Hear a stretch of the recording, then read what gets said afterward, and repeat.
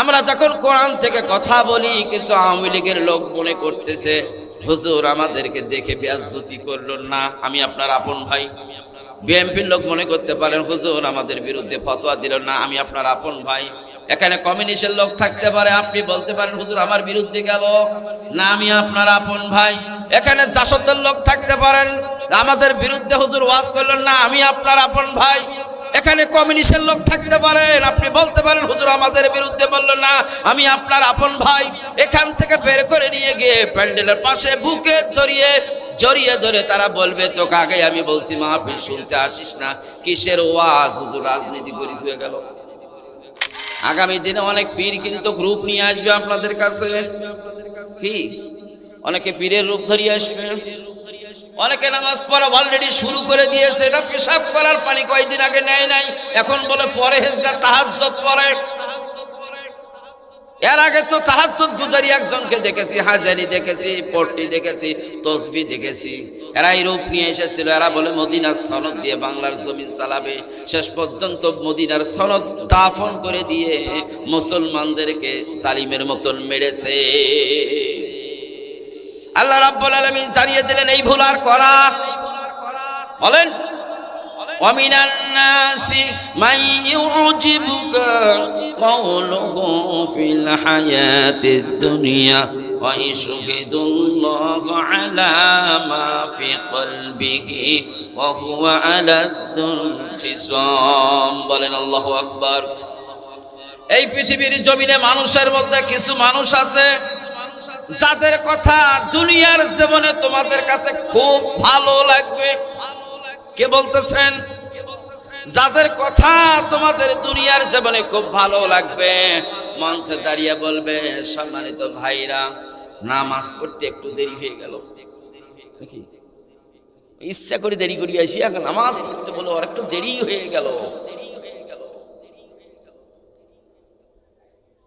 10টা পর্যন্ত সুন্দর বক্তব্য, রাত 12টার পরে গিয়ে দেখবেন চেংড়ি নিয়ে নাইট ক্লাবের মদ খেয়ে নাচতেছে।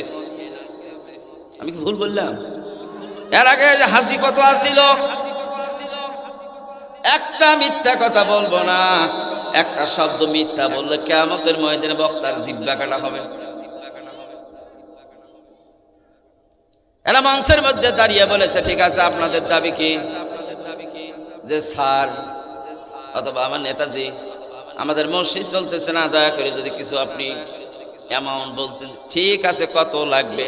1,02,000 করে ভালো হয়। আপনারা চাইতে ভুল করলেন, 3 লক্ষ টাকা দিয়ে দেবো ইনশাল্লাহ।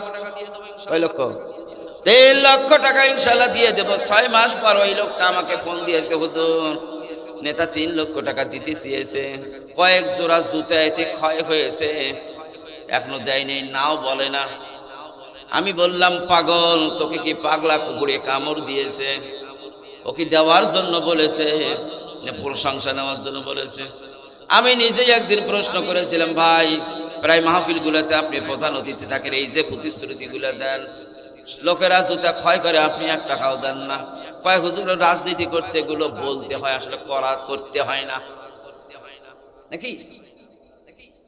আপনারা বোঝেন নাই মনে হয়। নামের আগে আলহাজ না লেখার কারণে 2000 পোস্টার বদল করা লেগেছে, শুধুমাত্র আলহাজ লেখে নাই। সারা রাত চেংড়ি নিয়ে মদের আড্ডায় পড়ে থাকে, নামের পূর্বে আলহাজ না লেখলে পোস্টার বদল দেওয়া লাগে। এই মানুষগুলো আবার রূপ নিয়ে তোমাদের কাছে আবার সামনে আসবে। আল্লাহ সেই কথাটাই বলেছেন, মানুষের মধ্যে কিছু মানুষ আছে যাদের কথা দুনিয়ার জীবনে তোমাদের কাছে খুব ভালো লাগবে। আমার আল্লাহ রব্বুল আলামিন বলছেন ওরা কিন্তু সত্যের আসলে সবচেয়ে বড় দুশমন। ওরা কিসের দুশমন? সত্য হলো আল্লাহর কোরআন। কি সন্দেহ আছে? সত্য হলো আল্লাহর কোরআন। আল্লাহ রাব্বুল আলামিন জানিয়ে দিয়েছেন এরা কিন্তু আমার কোরআনের সবচেয়ে বড় দুশমন। ওয়াইজা তাওয়াল্লা সাআ ফিল আরদি লিইফসিদা ফিহা ওয়া ইহলিকাল হারসা ওয়ান নাস আল্লাহু ইউহিব্বুল ফাসাদ। বলেন আল্লাহু আকবার। আল্লাহ রাব্বুল আলামিন জানিয়ে দিলেন ওরা যখন ক্ষমতা সিয়ার পাবে তখন কিন্তু সর্বপ্রথম পৃথিবীর জমিনে ওরা বিশৃঙ্খলা সৃষ্টি করবে। এই 15 বছর বিশৃঙ্খলা ছিল কি ছিল না? কথা বলেন। ওরা ফাসাদ তৈরি করবে। 2 নম্বরে তারা দেশের অর্থনীতি ধ্বংস করবে। এই 15 বছরে 18 কোটি মানুষের মাথা ঘামানো পয়সা, বাংলার জমিনের সোনার অর্থগুলো, এই বাংলাদেশে অনেক সম্পদ, অনেক অর্থ আল্লাহ দিয়েছেন, কিন্তু এই অর্থই 15 বছর বাংলাদেশে থাকে নাই, সব বেগম পাড়ায় জমা হয়েছিল। কথা বলেন ঠিক নেবে ঠিক? আমার আল্লাহ সতর্ক করে দিচ্ছেন, এরা 2 নম্বর অর্থনৈতিক অবস্থা 12টা বাজিয়ে ছাড়বে। 3 নম্বরে ন্যায় কথা নিয়ে যাও, জনগণ যদি তাদের সামনে দাবি নিয়ে আসে, আল্লাহ জানিয়ে দিয়েছেন তারা ওই সমস্ত দাবিদার মানুষগুলোকে হত্যা করবে। হত্যা কি কম হয়েছে নাকি? খুন কম হয়েছে? হত্যা কম হয় নাই, খুন কম হয় নাই, এত ব্যাপক হত্যা এবং খুন করা হয়েছে। আমার ভাইরা, আল্লাহ যে 3টা কথা বলেছেন, এই 3টা কি 15 বছরে ছিল? কথা বলেন। দেশে কি ফাসাদ ছিল? ছিল না। 2 নম্বরে অর্থনীতির 12টা বেজেছে কিনা? আর এরা 15 বছর পূর্বে মধুবির ছায়া নিয়ে খেত অন্যের কাছে। কথা বলেন ঠিক নেবে ঠিক? কিন্তু 15 বছর এরা যখন ক্ষমতার মধ্যে আসলো, বেনসন অর্ধেক খায় আর অর্ধেক ফেলে দেয়। আমার ভাইরা, তাহলে আল্লাহ রাব্বুল আলামিনের এই কোরআনুল কারীম এই 15 বছর পূর্বেই কিন্তু এই কথাগুলো আলেমরা মেম্বার থেকে বলেছিল আপনাদেরকে, বক্তারা বলেছিল আপনাদেরকে, ইমাম সাহেবরা কোরআন রিসার্চ করে স্টাডি করে করে আপনাদের কাছে কিন্তু কথাগুলো পৌঁছে দিয়েছিল। জনগণ জবাব দিয়েছে, মৌলবীর খায়া কাম নাই, রাজনীতি করতেছে। আলেমদের এই কোরআনের কথাগুলো যখন আপনারা বিশ্বাস করলেন না, তারপরে ওই লোকগুলোকে মিষ্টি মিষ্টি কথা বলেছে, তাদের পেছনে স্লোগান দিয়ে তাদেরকে বিজয় করলেন। এই জন্য আল্লাহ রাব্বুল আলামিন 15 বছর আপনাদের ঠেলার মজা বুঝাইলেন। ভুল বললাম নাকি? এই 15 বছর আল্লাহ ঠেলার মজা বুঝাইলেন। এই কথাগুলো আবারও আপনাদের সামনে কোরআন থেকে আমরা বলতেছি। আগামী দিনে কোরআনের পক্ষে সাপোর্ট না দিয়ে যদি ওই সমস্ত ভালো ভালো কথা লোকগুলো যারা সেজে এসেছে হঠাৎ হাজি, ওদেরকে যদি কোরআনের বিপক্ষে লোকগুলাকে যদি মসনদে বসিয়ে দাও, এবার 16 বছর নয় 32 বছর খাটার জন্য রেডি থাকো। আমার ভাইরা, এই মাহফিলটা হচ্ছে ঈদগাহ ময়দানের উদ্যোগে। খারাপ লাগতেছে? এখানে সব দলের লোকই থাকতে পারে। হঠাৎ করে ছোট ভাইটা গাঁজা খায়। কি খায়? গাঁজা খায়। বড় ভাই অনেক বুঝানোর পরও তারপরও ভাইটা ছাড়ছে না, গাঁজা ছেড়ে দিচ্ছে না। তারপরে শাসন করার জন্য ছোট ভাইটাকে গাছের সাথে বেঁধে কয়েকটা পিটুন লাগিয়ে দিয়ে ঘরের মধ্যে গিয়েছে। বড় ভাই শাসন করতেছে, গাঁজা খেয়ে তোর জীবনটা শেষ করে দিচ্ছিস, তোর তো লাইফটা শেষ হয়ে যাবে ভাই, আর গাঁজা খাস না। অনেক বুঝিয়েছে কিন্তু মানে না, শেষ পর্যন্ত গাছের সাথে বেঁধে মেরেছে। কয়েকটা লাগিয়ে দিয়ে ঘরের ভিতরে যখন বড় ভাই গিয়েছে, এই সময় ফাঁকা আর কেউ নাই। গ্রামের একজন জোড়া দেওয়া চাচাতো ভাই, জোড়া দেওয়া বোঝেন নাই কি? এমনি জোড়া দেওয়া মানে এমনি এলাকা চাচাতো ভাই গুলো থাকে না, এই যে কোষে বেঁধে রেখে পিটন দিয়ে মায়ের পেটের রক্তের ভাই ঘরের মধ্যে গিয়েছে।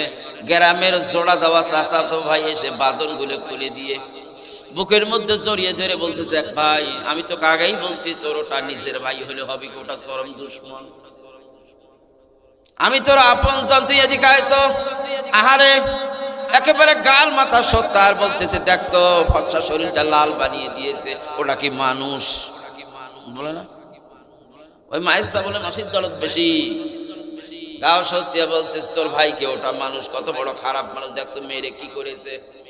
বাঁধনটা খুলে দিয়ে বুকের মধ্যে ঘিরে একটু পাশের বাড়ির আড়াল করে প্যাঁচ থেকে গাঞ্জার পুড়িয়া বের করে ডোলে কলকির মধ্যে লাগিয়ে দিয়ে বলতেছে ভাই টান দে, শরীরটা সুস্থ হোক তোর।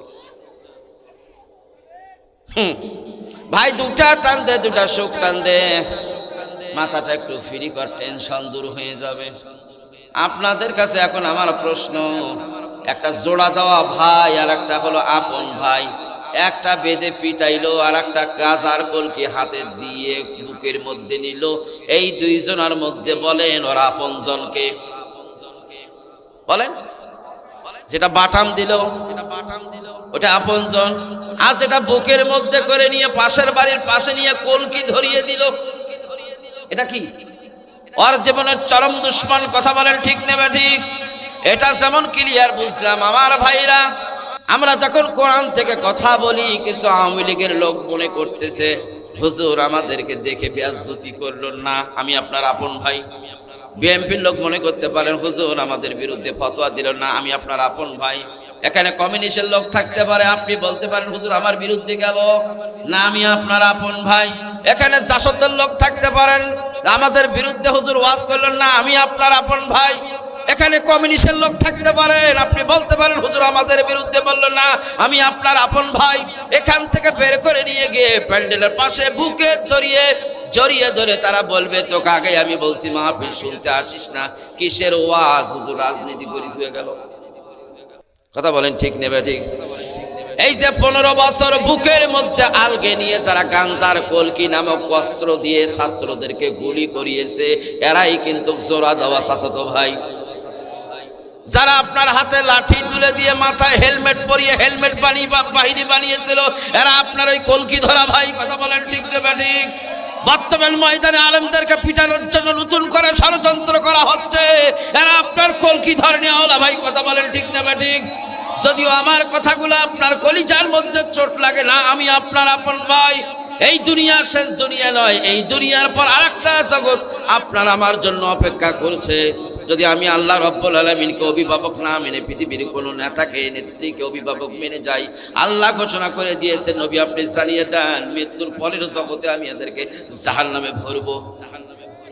আমি ওই জাহান্নাম থেকে মুক্তি পাওয়ার জন্য, রক্ষা করার জন্য আপনাদের সকলকে বুকে টেনে নিচ্ছি।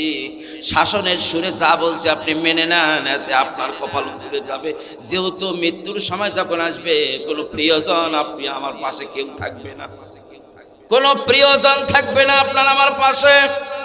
যত বন্ধু হোক বান্ধবী হোক, যত নেতা হোক মা হোক বাবা হোক, সমস্ত সম্পর্ক ছিন্ন হয়ে যাবে। আপনি এসেছেন একা, যাওয়ার সময় আপনি একাই। কথা বলেন ঠিক নেবে ঠিক?